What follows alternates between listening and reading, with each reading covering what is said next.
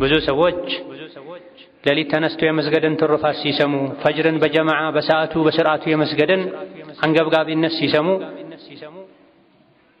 ራሳቸውን አሸንፈው መነሳት ይፈልጋል። ነገር ግን ሸይጣን ይጫናቸዋል፣ ያስተኛቸዋል። ገና ነው ትንሽ ቆይላቸው። ከአዳን በፊት እንዳይነሱ አዳን ሲል ብትነሳ ትደርሳለህ ይላቸው። አዳን እንዳለ እንኳን እንዳይነሱ ኢቃም እስኪል ድረስ ሰፊ ሰዓት አለ ይላቸው።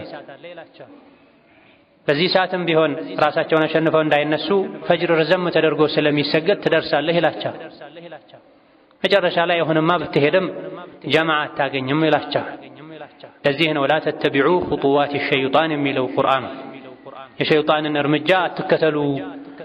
ባንዴ አይደለም ሸይጣን ከኸይር የሚያርቀው ወንጀል ላይ የሚዘፍቀው፣ ቀስ እያደረገን እያባበለ እያታለለ ምክንያት እየደረደረ ለሶላት አልፈጅር በአግባቡ ለመነሳት በስርዓቱ ለመስገድ ከሚያግዙ ነገሮች አንዱ ምግብን፣ መጠጥን፣ ወሬን፣ እንቅልፍን፣ ከሰው ጋር መገናኘትን መቀነስ። እነዚህ 5 ነገሮች የገፍላ መነሻ ናቸው፣ የቀልብ መድረቅ መንስኤዎች ናቸው። فاسألوا أهل الذكر إن كنتم لا تعلمون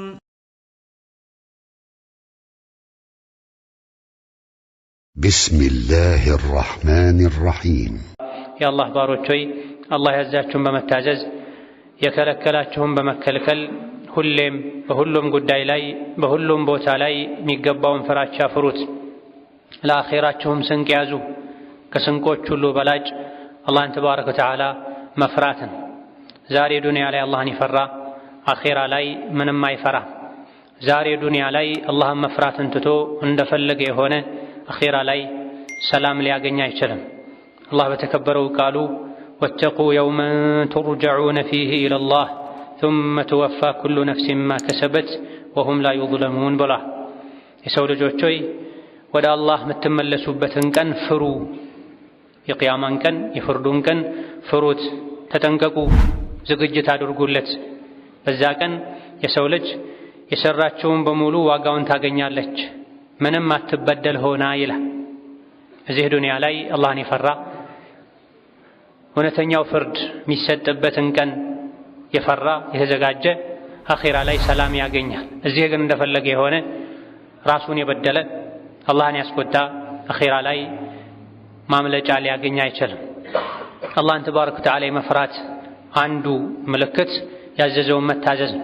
አላህ ካዘዘን ነገሮች አንዱ 5 ወቅት ሶላቶችን በአግባቡ በታዘዝነው መሰረት መስገድ።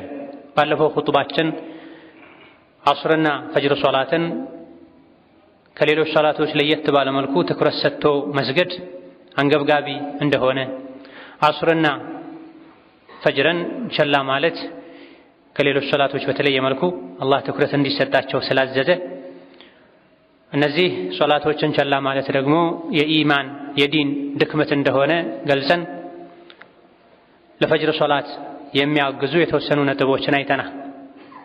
በተለይ የፈጅር ሶላት የሰው ልጅ ከሸይጣን ጋር ግብ የሚፈጥርበት ሶላት ነው። ሌሊት ተኝተው ያደሩ የሰው ልጆችን በዛው እንዲቀጥሉ የፈጅር ሶላት ወቅት እንዲያልፋቸው ገና ነው ተኙ፣ አለይከ ለይሉን ጠዊል ረጅም ሰዓት አለ ቀስ ብለህ ትነሳለህ ያለ የሰው ልጆችን ሸይጣን በእንቅልፍ እንደሚያዘናጋ፣ ሙቀት እንዲሰማቸው ምቾት እንዲሰማቸው ሸይጣን የራሱን የገፍላ ልብስ የመዘናጋት ልብስ እንደሚደርብባቸው ነቢዩ ዓለይሂ ሰላቱ ወሰላም ተናግረዋል።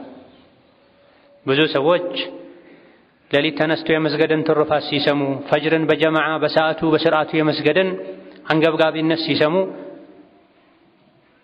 ራሳቸውን አሸንፈው መነሳት ይፈልጋል። ነገር ግን ሸይጣን ይጫናቸዋል፣ ያስተኛቸዋል። ገና ነው ትንሽ ቆይላቸው። ከአዳን በፊት እንዳይነሱ አዳን ሲል ብትነሳ ትደርሳለህ ይላቸው። አዳን እንዳለ እንኳን እንዳይነሱ ኢቃም እስኪል ድረስ ሰፊ ሰዓት አለ ይላቸው። በዚህ ሰዓትም ቢሆን ራሳቸውን አሸንፈው እንዳይነሱ ፈጅር ረዘም ተደርጎ ስለሚሰገድ ትደርሳለህ ይላቸው። መጨረሻ ላይ አሁንማ ብትሄድም ጀማዓ አታገኝም ይላቸው። ለዚህ ነው ላ ተተቢዑ ኹጡዋት ሸይጣን የሚለው ቁርአን። የሸይጣንን እርምጃ አትከተሉ።